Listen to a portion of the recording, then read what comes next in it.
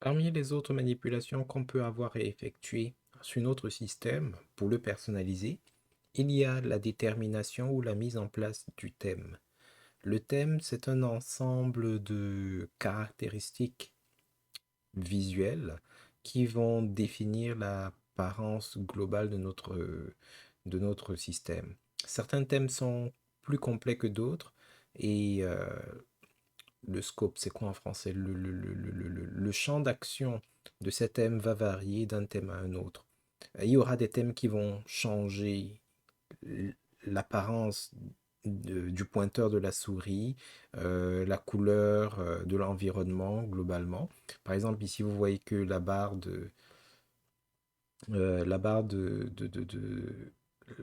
d'état, elle est sombre. Parfois, ils vont même changer également la couleur du menu démarrer, même si de manière individuelle, vous pouvez venir personnaliser ces autres éléments. Les thèmes définissent un gabarit global qui s'applique à l'ensemble du système, lorsque c'est possible. Alors, comment est-ce qu'on peut le faire, le changer ou le visualiser? Une des façons d'y arriver, c'est en passant par les paramètres, et puis on vient au niveau des apparences.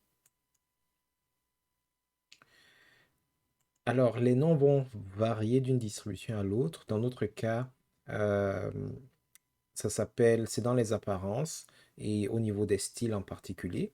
Mais on peut également changer les icônes. On peut jouer avec les polices et il y a des paramètres particuliers qu'on peut effectuer, qu'on peut ajuster. Alors, avec Linux Mint, en tout cas la version que nous avons, euh, ce que vous voyez ici à l'intérieur, ça fait partie des thèmes qui sont livrés par défaut. Ça veut dire que vous n'avez rien à faire en particulier pour les obtenir. L'installation du système vous les offre carrément. Alors si par exemple, en ce moment, si vous avez bien remarqué, nous sommes sur Mint Y Red. Une des façons de savoir à quoi correspondent ces thèmes, comment est-ce qu'ils vont se comporter, consiste à avoir plusieurs objets ouverts. Par exemple, là, j'ai une fenêtre d'environnement ouverte. J'ai également la fenêtre des thèmes qui est ouverte ici. Alors, si je clique par exemple sur Adwaita, je ne sais pas comment ça se prononce. Alors, si j'attends un peu, vous avez vu que c'était, comment dire ça?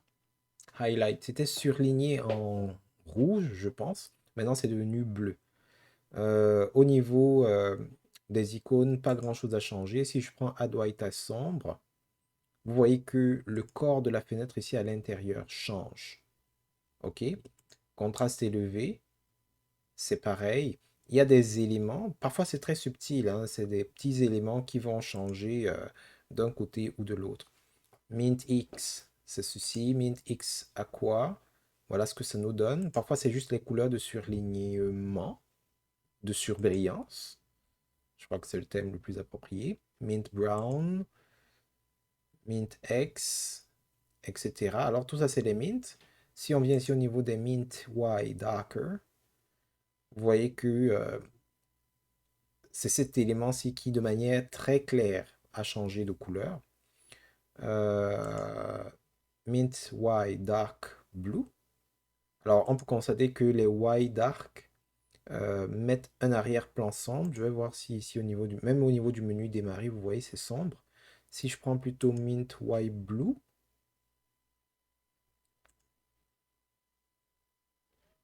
là, c'est devenu clair. Et au niveau du menu démarrer, vous voyez également que le menu est clair. OK? Donc, on va y aller avec Mint Dark. Est-ce que nous avons Mint White Dark Red? Ah oui, on a Dark Teal, Dark Red. En fait, c'est ce que nous avions plus ou moins. Ok, alors, Prenons quelque chose d'un peu fantaisiste. Prenons Mint White Teal. OK? Et au niveau des icônes, vous avez également la possibilité de changer. Par exemple, ici, mes icônes sont rouges. Et ça se comprend parce que le thème sélectionné, c'est Mint White Red. Mais si je prends par exemple Mint White Teal, vous voyez, mes icônes vont changer de couleur. Ça change aussi bien ici dans la fenêtre que, par exemple, ici, au niveau de la barre de lancement rapide et autres. Parfois même, en fonction des thèmes que vous choisissez, il peut arriver que les icônes qui sont ici à l'intérieur changent. Alors, on va voir. Oui, ok. Par exemple, ici, on a Ubuntu Mono Dark. Donc, si on prend Ubuntu Mono Dark, vous avez vu comment est-ce que les icônes ont changé ici à l'intérieur. Et même ici, dans la barre de lancement rapide, si je viens dans le menu démarrer, regardez paramètres, office, multimédia, vous voyez comment les icônes sont définies. Si je prends autre chose, si je reviens à Mint White Purple,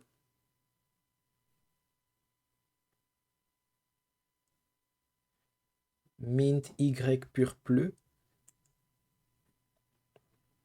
alors ça a changé, là également ça a changé, et si je reviens ici, les icônes ont changé également. Donc, ça fait partie des éléments que vous pouvez manipuler pour apporter un peu d'originalité à votre environnement. Ah, j'avais oublié les autres, par exemple Advaita. Les icônes ont changé. Voyons voir à quoi ça correspond ici. Là également, ça a changé. Si je prends Gnome, moi je dis Gnome, certains disent Gnome, bon, peu importe. Euh, Alors si je prends Gnome, les icônes changent. Ces icônes changent également. Alors c'est assez facile en jouant avec les thèmes, que ce soit au niveau du style ou des icônes, ou même, comment est-ce qu'on appelle ça, des réglages de fenêtres. Les terminaisons de fenêtres, c'est possible de vraiment changer l'apparence globale de votre système. Et parlons maintenant des fenêtres proprement dites, il est possible également de changer certains des aspects de leur apparence. Alors on a vu qu'au niveau des styles et des icônes, à partir de la boîte de dialogue d'apparence, on peut changer globalement l'aspect de notre thème, mais de manière plus spécifique, au niveau des fenêtres, on peut changer par exemple la position ou alors la forme des icônes qui sont ici à l'intérieur. Si vous êtes dans Linux Mint, vous pouvez le faire en allant au niveau du bouton démarrer, au niveau des paramètres. Alors apparence, c'est la même chose que ce que nous avons ici. Mais vous pouvez changer également, voyons voir, ici au niveau du gestionnaire de fenêtres. Alors au niveau du gestionnaire de fenêtres, vous avez un autre onglet style qui comporte la liste des thèmes installés. Et par exemple, regardez, faites attention ici aux icônes qui sont là au niveau des fenêtres. Si je prends par exemple Daloa, vous avez vu comment les icônes ont changé de forme. Elles sont devenues plus genre Windows XP ou Windows, je sais pas trop quoi. Si je prends Cocody, vous voyez, ça change un peu ici. Même là, l'apparence au niveau du coin supérieur gauche change. Si je prends Mint X Compact, c'est un plus pour agrandir, un moins pour réduire et une croix pour fermer. Et si je reviens au Mint Y et autres, on retrouve à peu près le standard. Et en fonction des couleurs que vous allez choisir, les boutons de terminaison qui seront là vont se présenter différemment. OK? Alors, pour récapituler, euh, les thèmes vous permettent de changer l'apparence globale des fenêtres et de votre environnement. Euh, Particulièrement sous Linux Mint, pour avoir accès à l'ensemble des réglages vous permettant de jouer avec les thèmes, vous pouvez aller dans les paramètres généraux ou dans le gestionnaire de paramètres. Et dans le gestionnaire de paramètres, vous aurez plus ou moins deux endroits où vous pouvez aller.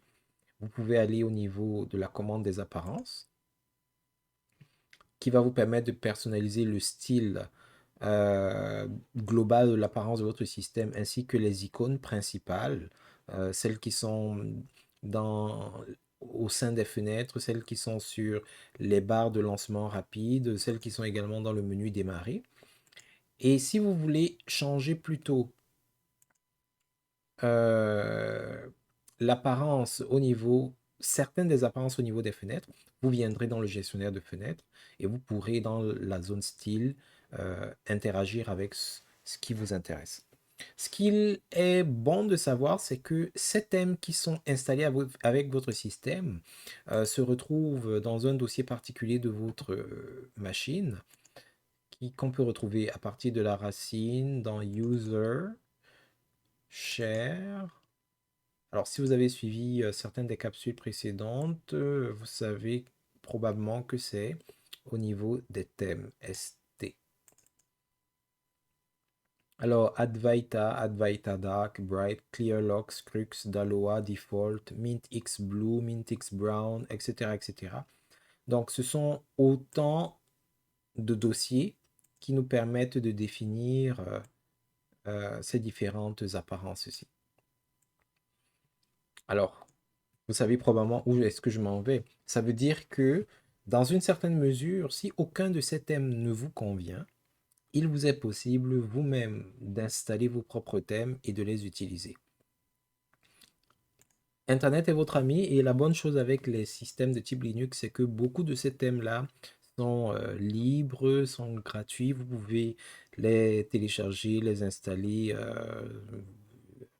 sans peur de représailles ou de quoi que ce soit. Donc, un des endroits où vous pouvez trouver une pléthore de ces éléments, c'est gnomelook.org, gnome-look.org. Et là, vous avez tout genre de ressources. Vous avez les KRoDoc, vous avez les curseurs, vous avez les icônes globales pour les thèmes, vous avez les icônes pour GIMP, les schémas de couleurs. Vous avez plein de choses, vraiment plein de choses. Nous, ce qui nous intéresse, ce sont les thèmes.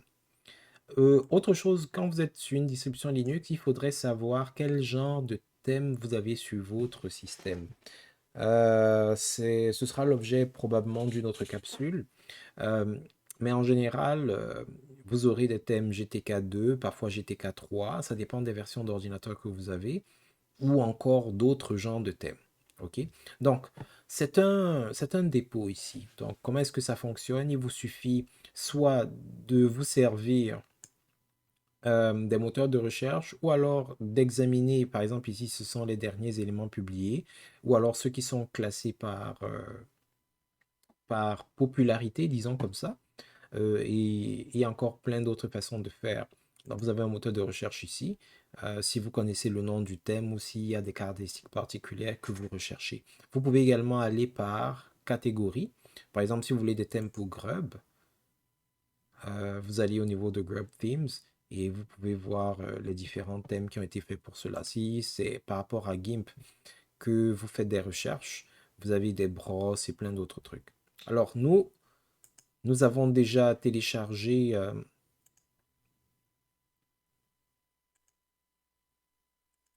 ici dans le dossier thème un certain nombre de thèmes. Alors on va essayer de les expérimenter. Pour pouvoir les expérimenter, il faudrait, parce qu'en général les thèmes que vous allez télécharger seront téléchargés sous forme d'archives zip ou tar, gz, ou bref, ce sera des fichiers compressés. Donc il faudra les inflater, les décompresser, puis les déposer dans un endroit que le système considère comme étant un dépôt pour les thèmes. Alors les dépôts pour les thèmes, on vient de le voir, se trouvent dans le dossier User Share Themes. Mais si vous êtes débutant, c'est peut-être un peu compliqué d'aller conserver les informations là-bas parce qu'il faut jouer avec, comment est-ce qu'on appelle ça? Il faut jouer euh, avec les privilèges, avec les sudo, etc. Donc une autre alternative consiste à accéder à votre dossier personnel, à afficher les fichiers cachés, CTRL H, et à vérifier si à l'intérieur de parmi ces dossiers cachés plutôt, Si vous n'avez pas un dossier qui s'appelle Themes, Themes, si vous avez suivi notre capsule concernant les emplacements importants, vous vous rappelez peut-être du fait que certains emplacements sont cruciaux et les systèmes tendent à y chercher les informations comme par exemple les images d'arrière-plan ou encore les thèmes de votre système ou encore les polices de votre système. Cependant, si au sein de votre dossier personnel, vous avez des dot files ou alors des dossiers pointés qui ont le même nom, le système aura pour tâche de commencer à examiner au sein de votre profil s'il n'y a pas des informations à considérer avant de les considérer dans les emplacements dédiés. En d'autres termes, si on voudrait avoir nos thèmes personnalisés, il nous suffit de nous placer ici dans le dossier personnel. Alors ici, je suis dans le dossier Soka.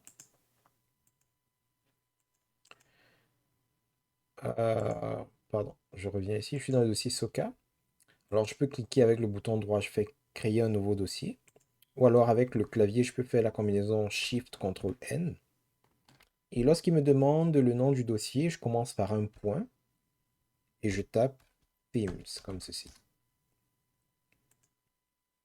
Et la prochaine étape va être pour moi d'extraire les fichiers. Donc je vais extraire par exemple Trollwood Grid. Pour extraire, c'est tout simplement clic droit sur l'archive, commande extraire ici. Old West. Est-ce que j'ai Dark Olympic? Pas encore. Je vais extraire ici. Alors, Grid, j'aime pas les noms comme ça, c'est difficile à suivre par la suite. Bon, je vais laisser tel quel.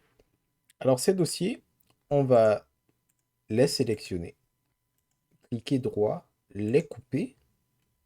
On va aller dans le dossier personnel. Au niveau des thèmes, on va cliquer droit et on va coller. Très bien. Je vais donc fermer ceci.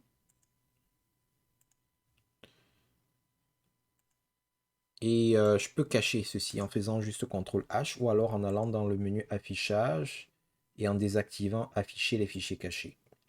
Ça permet de protéger ces dossiers système personnel d'une éventuelle erreur ou peu importe. Alors, on va essayer de relancer. Dans certains cas, il faut redémarrer votre système ou au moins vous déconnecter pour qu'il prenne en compte. Dans d'autres cas, il les détecte quasi instantanément. Alors, on va aller au niveau du bouton démarrer, au niveau des paramètres. On va venir au niveau d'apparence. Et on peut voir par exemple ici, Trollwood Pink, ça fait partie des éléments que j'avais mis. Dark Olympic est également là. Il y avait qui d'autre? Ils avaient des noms fantastiques là. Je me souviens plus. Dark Olympic, Old West, est-ce que nous l'avons?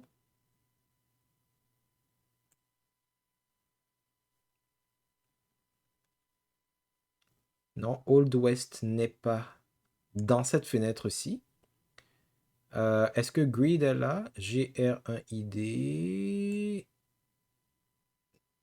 Il ne semble pas là non plus. Regardons voir au niveau des icônes. Adwaita, Mint.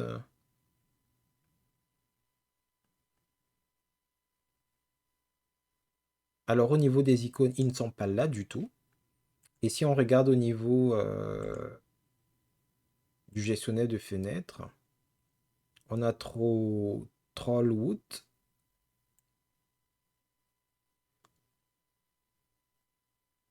On a Dark Olympic également. Mais c'est tout.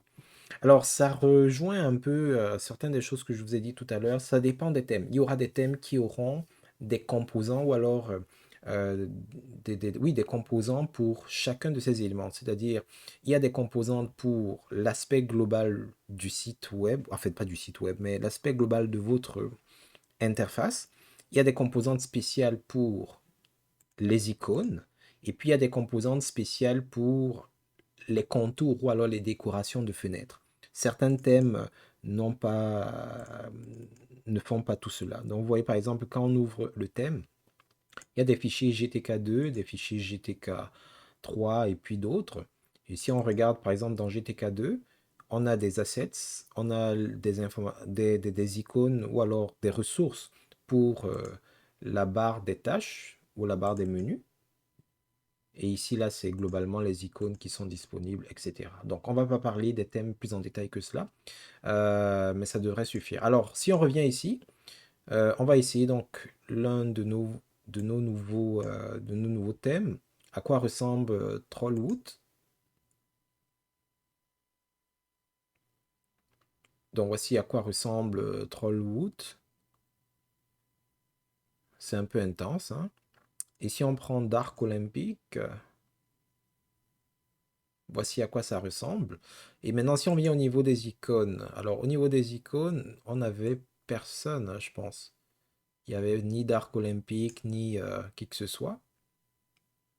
Donc, on va juste choisir une icône. Bon, on va rester avec Mint, hein. On va prendre Mint Y Dark Red. J'aime bien cette couleur. Ça se rapproche des couleurs de Soka Wakata.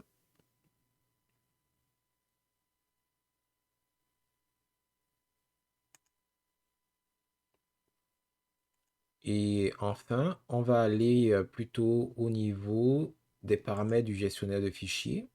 Non, pas là. Au niveau du gestionnaire de fenêtres. Et on va chercher pour le style des fenêtres Dark Olympic. Et je ne sais pas si vous avez vu, mais ici, là, les icônes ont changé. C'est devenu un peu comme... euh, euh, comment est-ce qu'on appelle ça? Ça a épousé un peu la philosophie de Mac OS. OK? Donc ça, c'est grâce au thème que vous pouvez réaliser ce genre de choses. Alors, très rapidement, si on récapitule, les thèmes... Oh, cette image, je ne l'aime pas du tout. Fond d'écran suivant. Alors, les thèmes, ils vont vous permettre de définir l'apparence globale de votre système. Bien que vous soyez capable de personnaliser après certains éléments individuels. Les thèmes ne sont pas tous égaux. Déjà en raison des plateformes qu'ils ciblent, des outils avec lesquels ils ont été créés, parfois c'est GTK2, GTK3 ou 4 ou peu importe. Et ensuite, en raison du nombre de composants qu'ils vont couvrir. Vous aurez donc des thèmes qui seront capables de définir, par exemple, les icônes, ou du moins l'apparence globale de vos fenêtres, les couleurs au niveau des menus, au niveau de l'arrière-plan, au niveau du menu démarrer, de la barre des tâches et tout ça. Vous aurez d'autres composants parmi ces thèmes qui vont vous permettre de définir la couleur ou la forme des icônes de manière générale. D'autres thèmes vont également définir, ou plutôt d'autres composants vont vous permettre de définir la forme, la position, la couleur des icônes et des décorations des fenêtres. Pour pouvoir changer un thème, sur Linux Mint en particulier, il faut aller au niveau du gestionnaire de paramètres et il y a deux endroits particuliers où vous pouvez regarder au niveau des apparences qui vont vous permettre de gérer le style. Le style, ce seront les apparences de vos fenêtres en général, ainsi que de vos icônes en général. Mais si vous voulez plutôt gérer les décorations des fenêtres, ce sera au niveau du gestionnaire de fenêtres que vous serez capable de le faire. Les thèmes avec lesquels vous pouvez jouer se trouvent en général dans le dossier User Share Theme.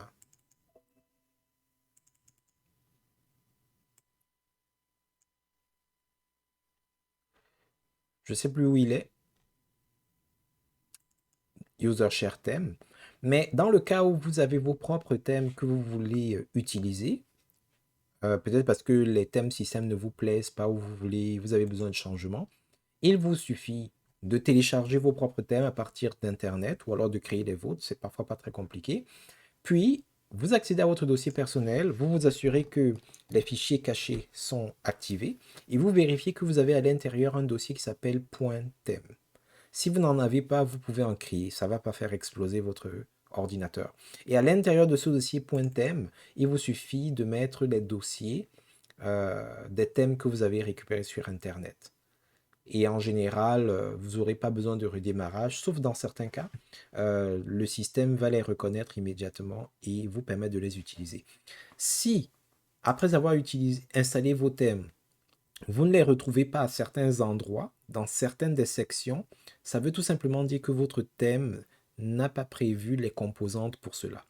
Donc, si par exemple, j'ai installé un thème, comme par exemple là, c'était Dark Olympic, si jamais je viens ici au niveau des icônes et je ne vois pas de Dark Olympic ici à l'intérieur, ça veut tout simplement dire que les concepteurs de Dark Olympic n'ont pas prévu dans le paquet que j'ai téléchargé des icônes qui peuvent être appliquées à l'ensemble du système. J'espère que ça vous convient.